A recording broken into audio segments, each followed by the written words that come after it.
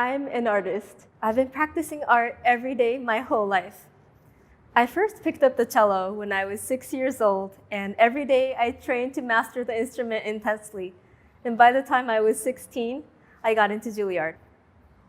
My main job as a classical musician day after day was to try to imagine lots of things. How the composers felt and the very world they had in their minds as they put their pieces on paper. Classical music requires a lot of research into the background of the composers and the era in which the work was written in to help what kind of piano or forte, soft or loud, you're supposed to express for each note. There's even a precise way to put accents and articulate, much of the same way an actress would do with their lines of dialogue. As I researched and practiced many hours a day, I had some time to think. I realized that this art form has existed for over 200 years, and we've developed a complex system which would allow us to perform each piece of music correctly. I began to long for something with a bit more wiggle room, something where I could let my imagination fly more freely. At that time, living in New York, I visited art museums almost every weekend. Strolling the galleries, gazing into paintings and sculptures, I began to wonder what these great works of visual art might sound like. Could there actually be sounds in them, and all we need to do is unlock some kind of codes to be able to hear them? I felt like these paintings must be making beautiful melodies, and I could almost hear them when I stopped thinking. Wait, everything is made up of energies and frequencies, including us. So I could probably figure out what Van Gogh's Starry Night actually sounds like using technology. I ended up figuring out an algorithm which would allow us to play the music of Monet and Miro from Harvard University's private collection. After I presented my findings at Harvard, I began to wonder.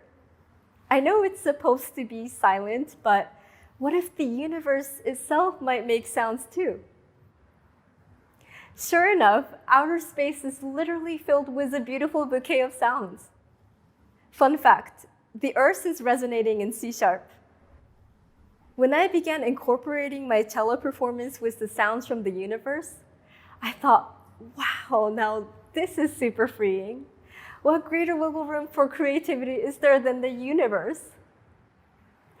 And then I started to wonder about those great classical composers and just where do they actually get their inspirations from? Could it be from outer space? What if all these great masters were just a little bit more sensitive, had an antenna, if you will, to catch the music that came from the galaxies themselves? And that thought made me super curious to find out just what makes these great masters so great. Music theory is meant to show which harmonies and chords work and why. And we can appreciate how intricate and beautifully written these musical poems are from a theoretical standpoint. But here's the thing, even if we follow the rules of music theory to the letter, we cannot even come close to reproducing these great masterpieces. Which got me wondering. Last year was Beethoven's 250th birthday, so I decided to do a deep dive into his brain. I began to collaborate with an AI company to use deep learning technology to feed the patterns and muscle memories, per se, based on Beethoven's writing, works, historical details of his life, plus all the music that came after him, like jazz, rock, and film scores, to see if we could create something that could be what Beethoven would have written if he were alive today, with a goal of premiering Beethoven's new cello concerto. But the more I thought about what kind of music he would have appreciated, I started to wonder about what format a great artist like Beethoven would have produced their music in. So my next thought was immersive audio, 360 surround sound. After all, we hear music in 3D when we compose, right? It's only the limitation of technology that imposes flat 2D monitoring upon us. With immersive audio, you can sit comfortably in your living room and you're wrapped in the bubble of sound surrounding you. Just imagine what Beethoven and friends would have done with that. Talk about wiggle room to create. And then the pandemic hit. And just like that, all of my live performances got canceled for the next 2 years in advance. Really? 2 years? Okay, fine. So I did what any self-respecting cellist on a quest to unlock the mysteries of the universe would do. Locked myself in my home studio. Although physically I was all alone just sitting in front of my laptop with my cello, I was finally nearly completely free of any limitations or boundaries of any sort. I started designing and composing music for immersive audio, and I was able to connect with people from all over the world through this format and, of course, the universal language of music. And that got me wondering about what it was that I wanted people to feel through all of my projects. What it is that connects all human beings and drive us to shape the world in a better way. And it hit me. It was a very simple answer. The power of imagination. Albert Einstein said, imagination is more important than knowledge. I actually think that imagination may be the most important and powerful thing we humans have going for us. There are 3 different forms of imagination we need to be conscious of in order to master them and unlock this superpower. The first form of imagination is internal imagination. This is your self-image, how you imagine yourself. Internal imagination is the one we use nonstop. In fact, we've used it ever since we were born. It forms who you are and is used to make all sorts of decisions throughout your day without even noticing it. Our values and thoughts and capabilities make up who we are, but how do we come to form these values and thoughts?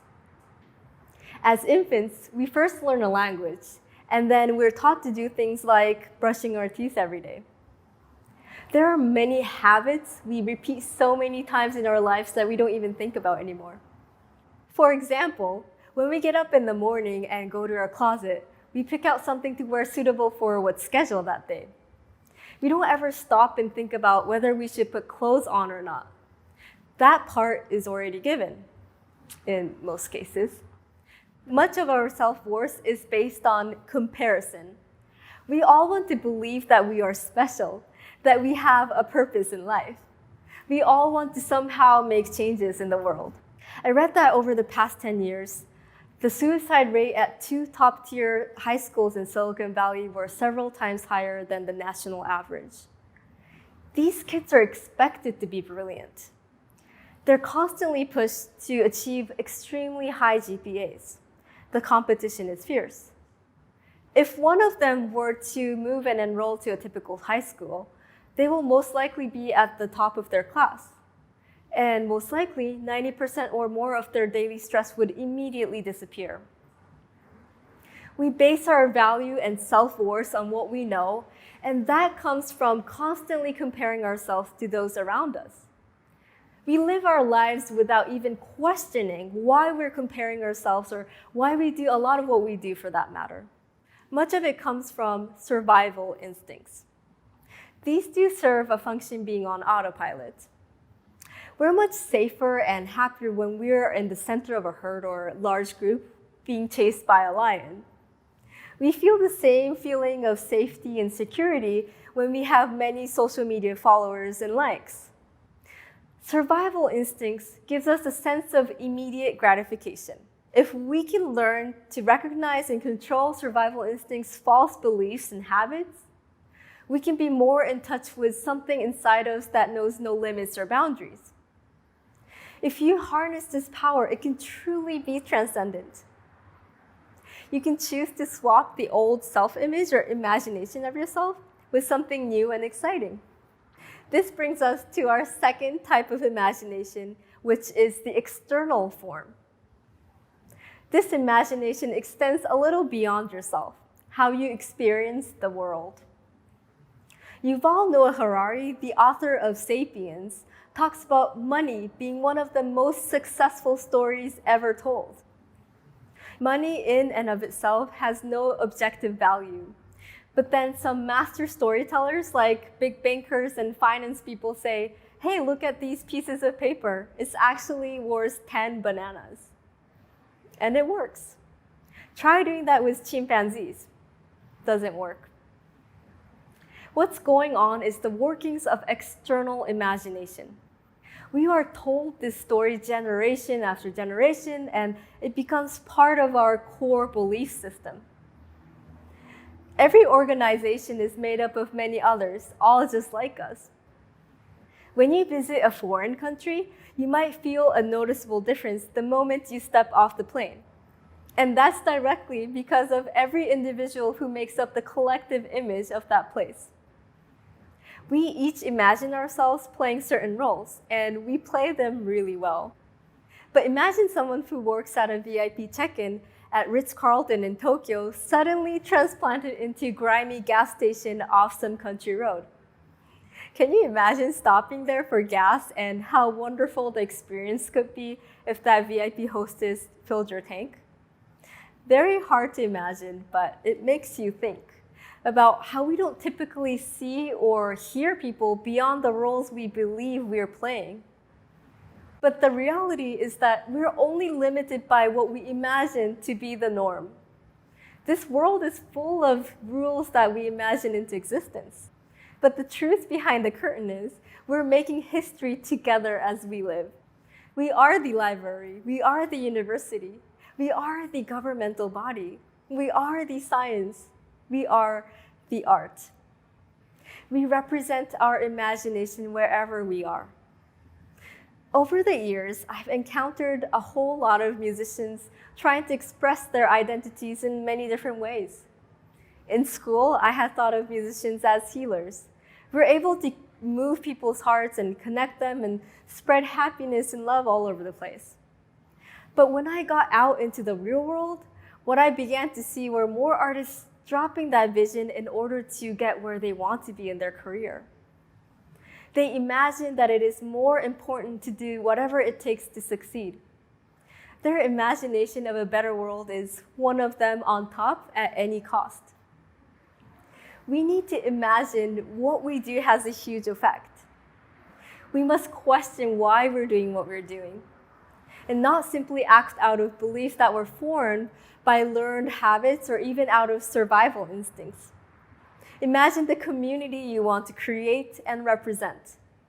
Imagine the ripple effect you are causing right now and every moment.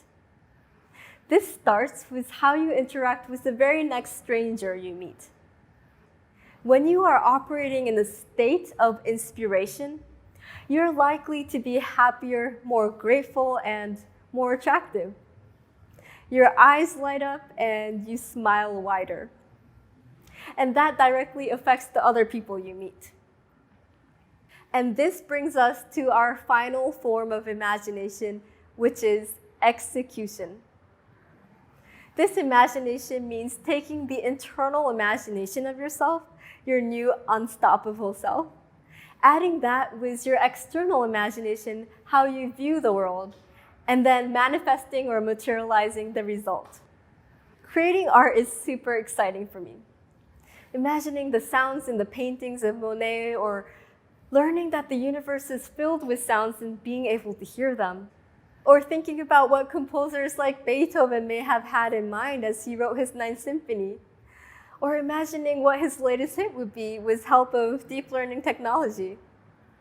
Imagination is limitless, just like the universe, without end. If we start to look, we're able to see people from all over the world pushing boundaries each and every day. Building a suspension bridge or a skyscraper, sending a spacecraft into space and returning it safely onto Earth, or an athlete setting new record every year, making the impossible possible. What is most exhilarating of all for me is seeing people around the world doing what fills them with joy. A person working as a cashier, making kind connections with their customer, a person helping out their friends even they could set them back a bit, random acts of kindness. After all, we feel the best when we feel we have a purpose, and the ultimate satisfaction is doing for others, big or small. And when you are living in the moment of creating beautiful imagination, there's no comparison, there's no resentment, there's no boredom of habitual ruts, there's no sense of deserving more, there's no stepping on others to getting ahead. You may think that being an inspiring person like this requires a mix of good genes, good luck, or at least a financial security. But that's not what it takes at all. A prolific author or painter or composer doesn't wait for the mood to strike in order to do a bit of painting or composing or writing. They know that getting the work done is all about sweat and blood and ass and chair, so to speak. As Thomas Edison is reported to have said, genius is 1% inspiration, 99% perspiration. The execution is most often where the hard work comes, but even that part of the process utilizes imagination. So if you've got something to say or something to create, you've got 3 different forms of imagination working for you right now. The best moment to execute is now. Be the imagination you wish to see in this world. Thank you very much.